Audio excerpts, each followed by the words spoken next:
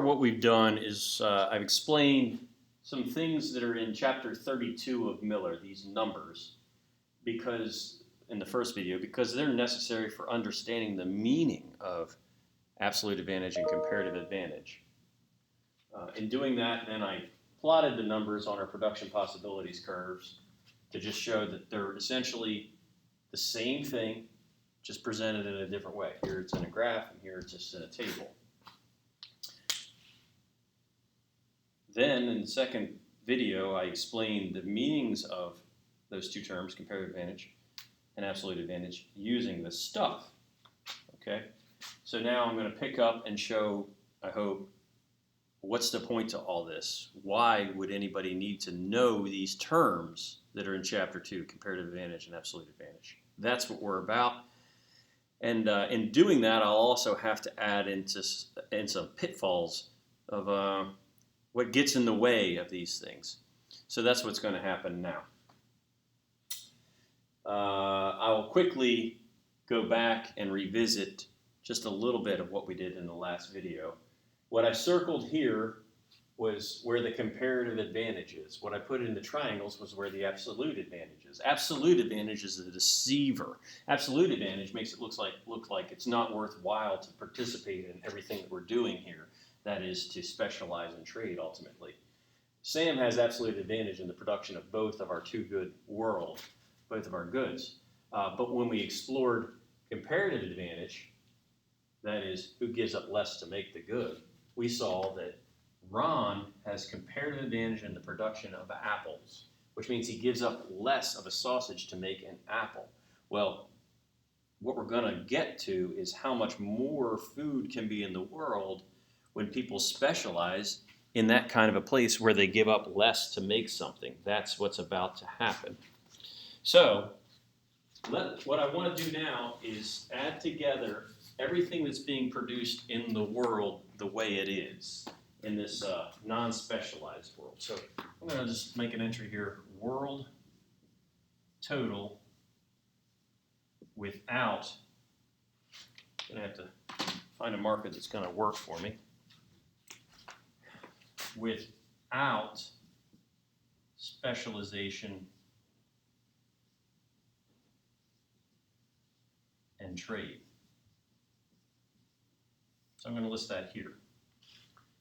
And we have two goods. We have apples, how many were there, and sausages, how many were there. In the black and white that we started with in the very first video, I had these underlined quantities as the proposed quantities that each party was producing and consuming in isolation, remember? So in isolation, Ron was producing and consuming 24 apples. In isolation, Sam was producing and consuming 33 apples. So that's how many apples were produced in this two-party world, right? 24 and 33, that's 57 apples. That's how much food is in their two-person world. The sausages, I said, because I just chose one combination that could be done on the production possibilities curve, that I said Ron was producing and consuming 9 sausages. Sam was producing and consuming 19 sausages. Right? So in that world, before they specialize in trade, there are 28 sausages. Let me make sure I'm clear on the definition. To specialize means to do the thing that you're better at. So just focus on just that thing and produce it exclusively. That's to be specialized. Okay, that's what I'm talking about here. They aren't doing that. They're self-sufficient and they're producing a little of each item. Both of them are doing that, and that's, if they do that, that's how much they produce. Now, to make it stand out on the board by comparison, let's suppose we look at the world total. Let's suppose that they do with specialization and trade. And I use lowercase there, I'll use lowercase here. The reason I'm saying trade, we won't get these the numbers I can do without them trading, but if they specialize, what that means is each party is going to produce only the good where they have comparative advantage. So here we have Ron having the comparative advantage, I said Ron by pointing to apples, Ron having the comparative advantage in the production of apples. So if he specializes in apples, he's going to make all the apples. Well, if he's making all the apples, then Sam wouldn't have any apples because he'll be making all the sausage. So they have to trade so that they can continue to have some moderation in their diet, right? So if they agree to what I have in green, to specialize and then trade, as I mentioned, Ron is going to make all the apples and only make apples. He's going to specialize in apples because in terms of comparative advantage, that's what he's good at. He gives up less sausage to make an apple, so he stops trying to make sausage and just makes apples. If he just makes apples and no sausages, he can make 60 units in the time period. So what he's going to do is he's going to shift his production. He used to be making 24 and 9. Now he's going to shift his production and make 60 and 0. So he will make 60 apples. You can start to see good things are happening with specialization. At least, we'll get to the trade in a minute. Well, Sam's going to specialize where he has comparative advantage, and that's in the production of sausages. And if he specializes in the production of sausages, doesn't make apples, he could make 30 sausages. So he will make his production look like this. He's going to move up here and produce 30 and stop making those apples. So 30 sausages are what get made. Now, where does the alligator go? To the bigger number. The alligators go this way. These numbers are greater. There's more food in the world if they each stop trying to produce both goods and produce the good where they have comparative advantage. Then they just have to come up with some terms of trade that make at least one party better off without making the other party worse off, and then the world's better off. Remember, one of our 10 principles was trade can make everyone better off. Let's pick some hypothetical outcomes that can make that so. There's an infinite number if we were to divide these apples and sausages into decimals or fractions, but let's not divide them into decimals and fractions. Let's just come up with two sort of polar opposite outcomes. Like, by that I mean, we could have the rich get richer, or we could have the poor get richer. Let's explore both of these because I think it's fun. And I know some of you will think it's fun to explore it in that context as well. So let's start with the rich get richer, because that usually burns people up. And that's what I do to make things interesting. Let's burn people up and have the rich get richer.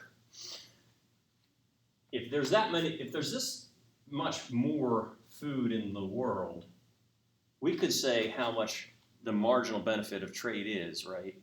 Like, if we can have 60 apples in the world when we used to have 57, that means that there are 3 more apples in this world.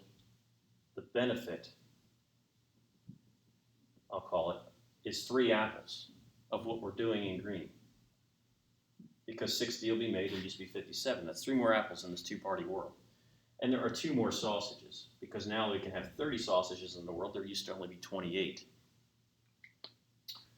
Well, if we want to see the rich get richer, let's have Sam, who's the rich person, right? Because he has absolute advantage in both. Let's have Sam get most of this benefit. Let's say that Sam says, okay, Ron, I'm willing to trade with you, but I want 2/3 of any gain in apples that we get, and I want all the gains in sausages that we get. I'll trade with you. I'll slum it, and I'll deal with you if you will accept only 1/3 of the apples that we can gain, and I will give you no more than that. How's that sound for the rich get richer? Let's see what that would mean for these parties. If Ron were to get 1/3 more apples, 1/3 of this benefit, that would give him 1 more apple, because 1/3 of 3 is 1, right? So we're going to leave Ron with 1 more apple than Ron used to be able to have. That's 25. That's here.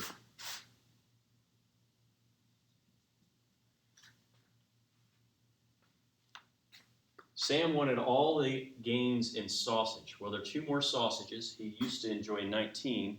Let's leave him at 21. That's the world before plus 2. Now, what that means is he made 30 and he sent 9 to Ron.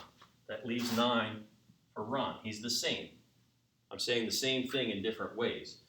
He's getting all the gains in sausages. That gives him 2.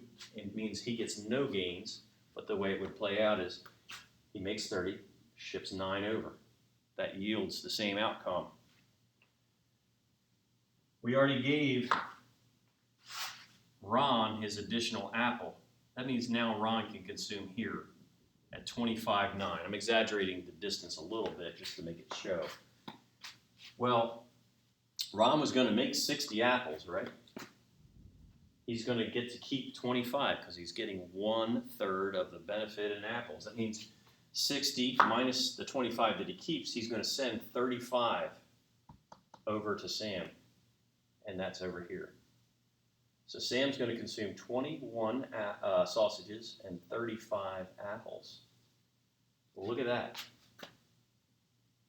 That means both parties are now consuming at these big green dots I've tried to draw here.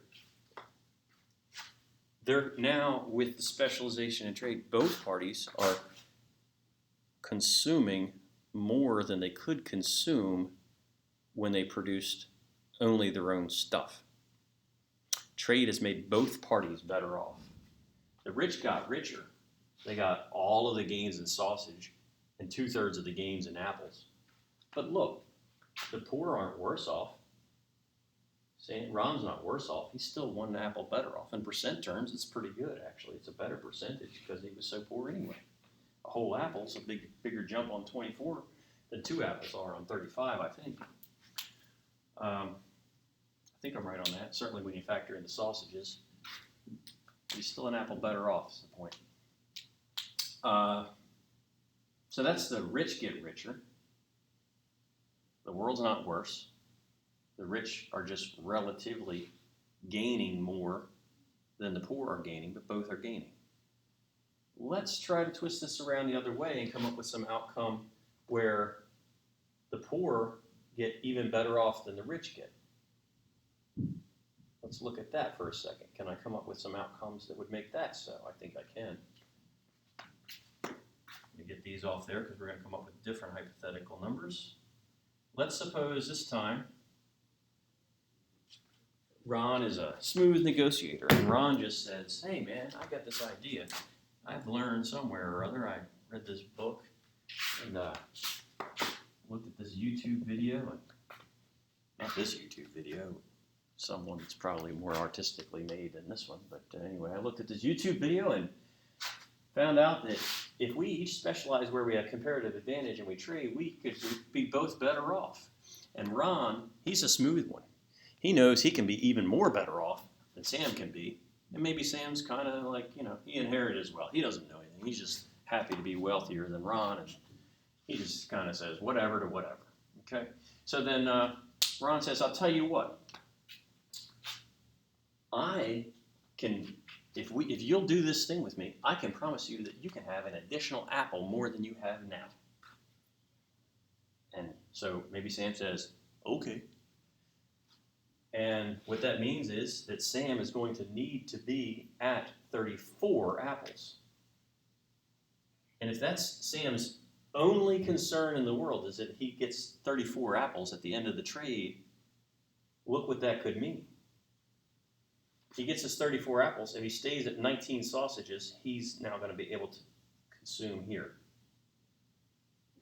Well, he made 30 sausages, and if he ends up with 19, if that's the deal, that means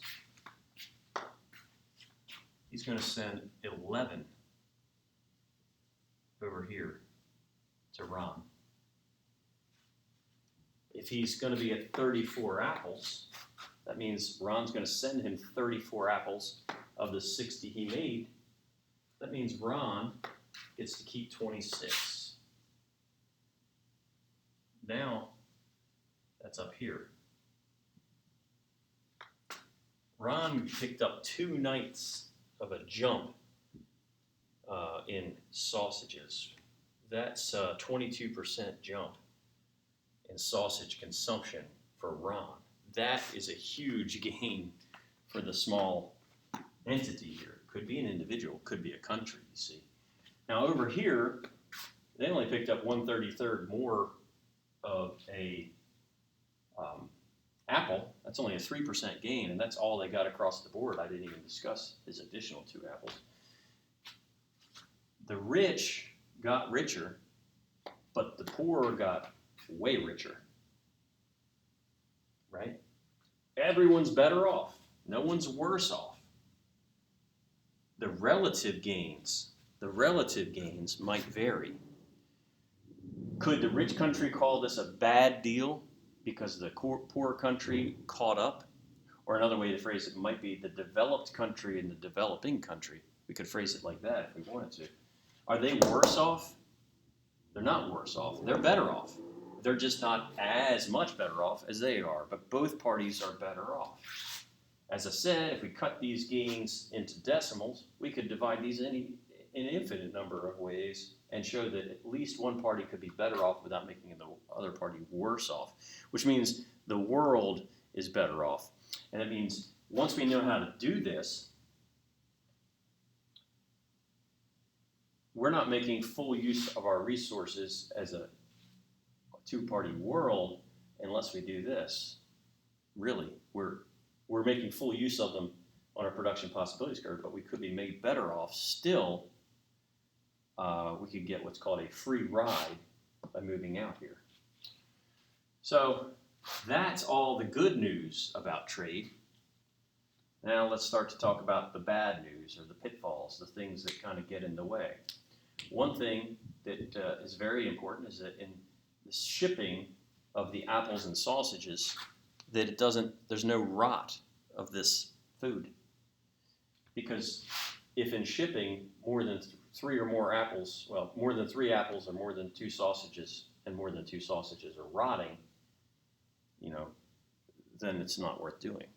So logistical costs are a very real obstacle to this. That shipping could be a problem. Another thing that could be a problem, one that I feel kind of strongly about, I just think it just sort of makes sense.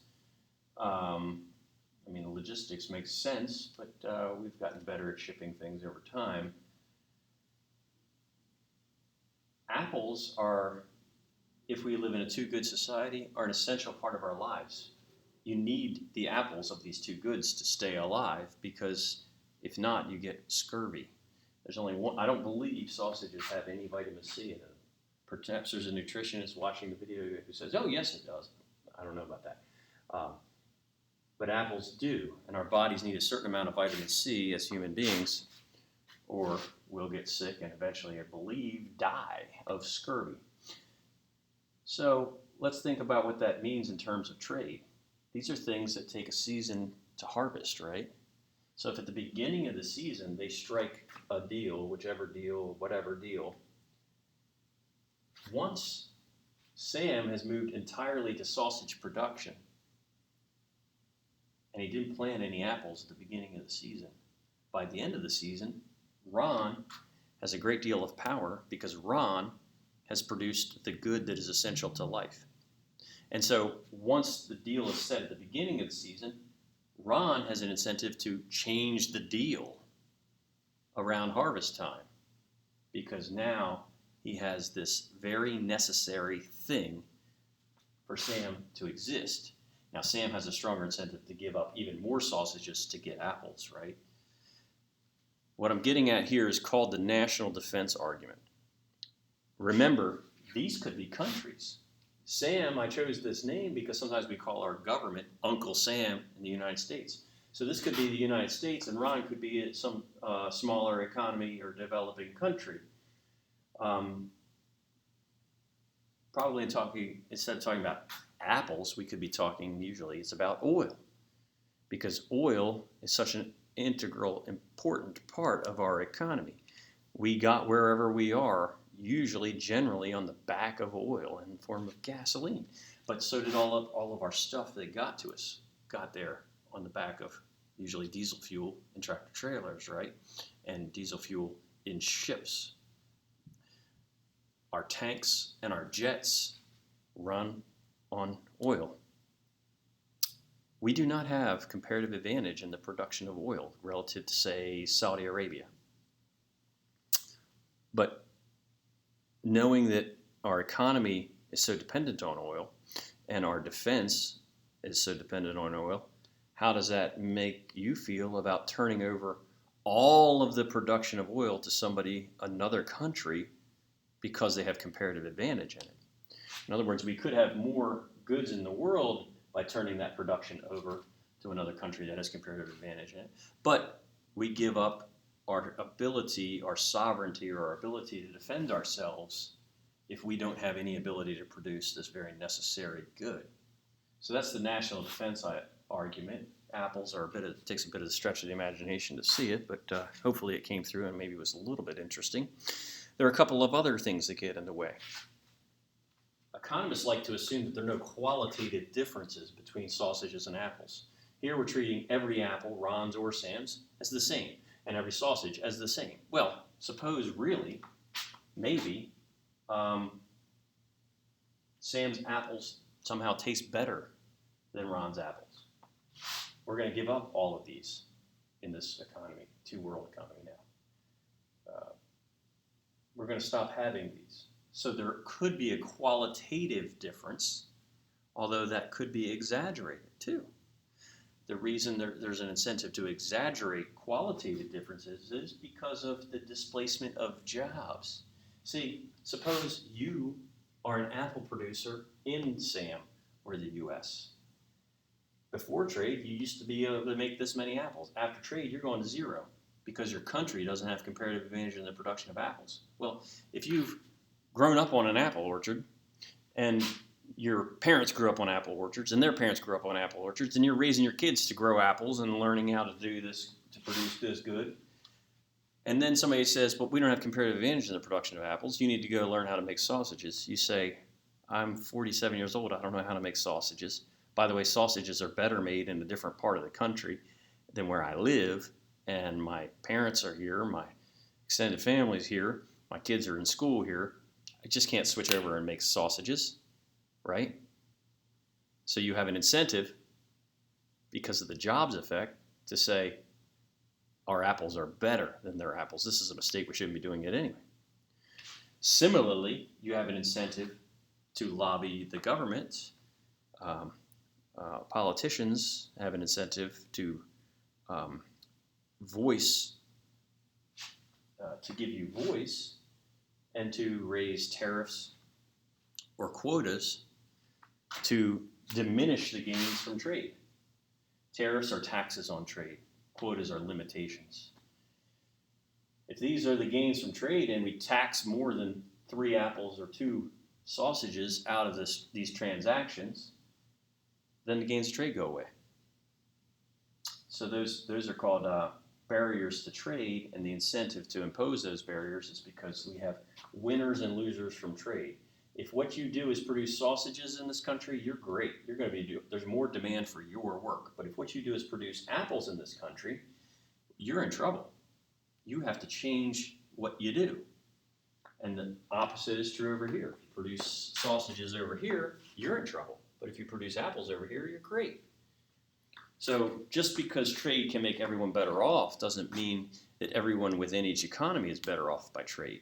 So what we have to do is, as societies, in order to get these gains from trade, we have to figure out a way to distribute these gains across the society so that generally everyone within the society and both societies can be better off. And that's challenging. That is one of the strengths of community colleges. Community colleges are largely an answer to that problem because of the flexible schedule, the open enrollment, the opportunity for adult learners to come back, because as I said, if you're 47 and you're making apples and now you have to learn to make sausages, you need some way to learn how to do those skills, and that's what community colleges are very much about being an answer to. So those are some of the big pitfalls to trade, which can make everyone better off. I hope you've enjoyed this as much as I have.